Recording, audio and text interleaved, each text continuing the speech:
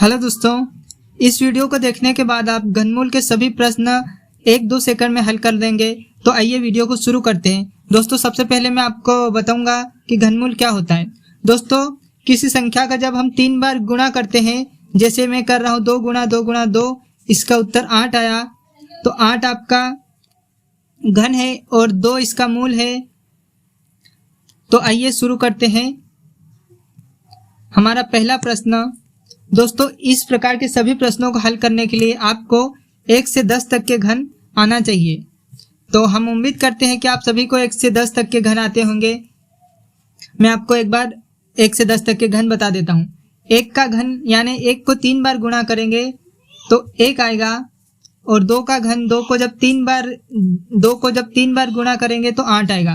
तो 1 का घन 1 और 2 का घन 8, 3 का घन 27 और 4 का घन 64, 5 का घन 125, 6 का घन 216, 7 का घन 343, 8 का घन 512, 9 का घन 729 और 10 का घन 1000 होता है।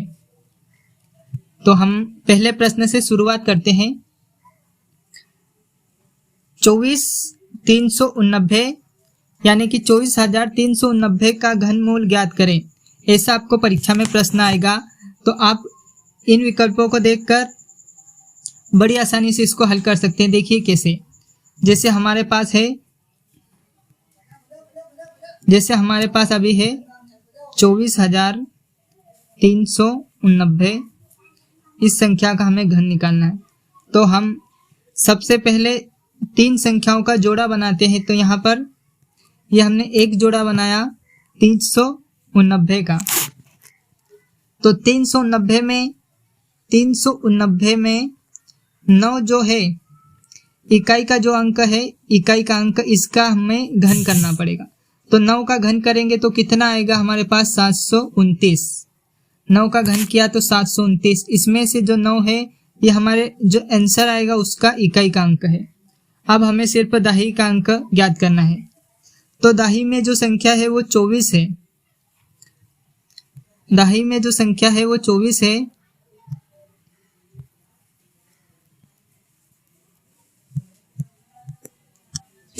अब देखिए, अब आगे हमको क्या करना है।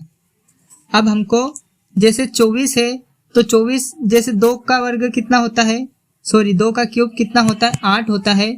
और 3 का क्यूब कितना होता है? 27 होता है। तो मुझे बताइए, ये संख्या 2 के क्यूब के पास है कि 3 के क्यूब के पास है? ये संख्या 3 के क्यूब के पास है, यानी कि 27 से थोड़ा कम होता है 24। 27 से थोड़ा कम होता है 24। लेकिन हमें हमेशा जो छोटी वाली संख्या है वो लेना है। तो ये संख्या हमें छोटी वाली लेना है। तो हमारे पास यहाँ पर दहाई के अंक में क्या आएगा? 2 आएगा। तो उत्तर हमारा क्या आया? 29। विकल्प नंबर बी इसका सही उत्तर है। दोस्तों, ये पहला प्रश्न था। अब अगला प्रश्न आप हल करेंगे तो आपको एकदम पूरा समझ में आ जाएगा, और इसके बाद आप सभी प्रश्न आसानी से हल कर पाएंगे। हमारा दूसरा प्रश्न है 50,653 का घनमूल ज्ञात करना है। 50,653 का घनमूल ज्ञात करना है। तो हमें पहले 3 संख्याओं का जोड़ा बनाएंगे।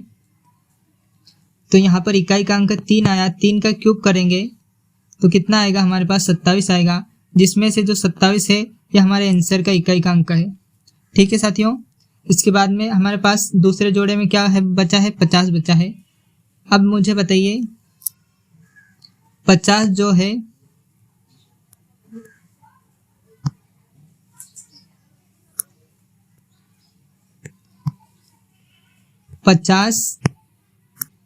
किस संख्या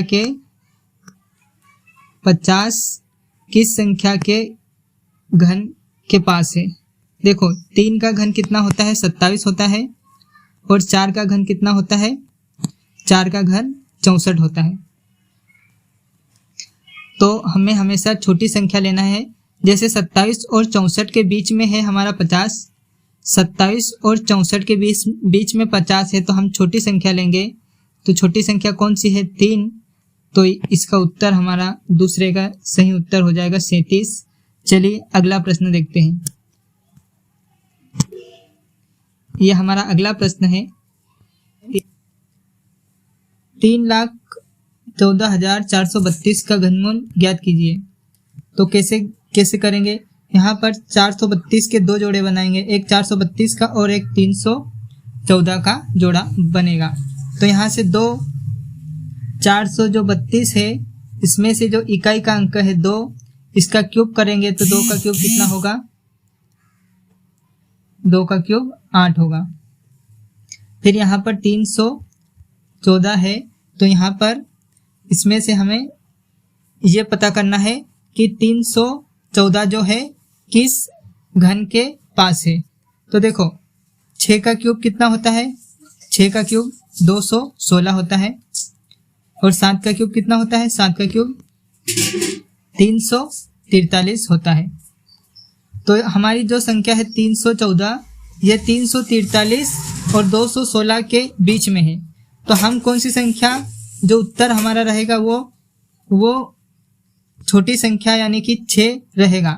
तो 8 यहाँ से इकाई का अंक प्राप्त हुआ और 6 यहाँ से प्राप्त होगा, तो हमारा उत्तर डी वाला 68 सही हो जाएगा। दोस्तों यही थी आज की वीडियो आपको कैसी लगी? वीडियो अच्छी लगी है तो वीडियो को लाइक और चैनल को सब्सक्राइब जरूर करें। Thanks for watching, keep learning. Aditya Guru.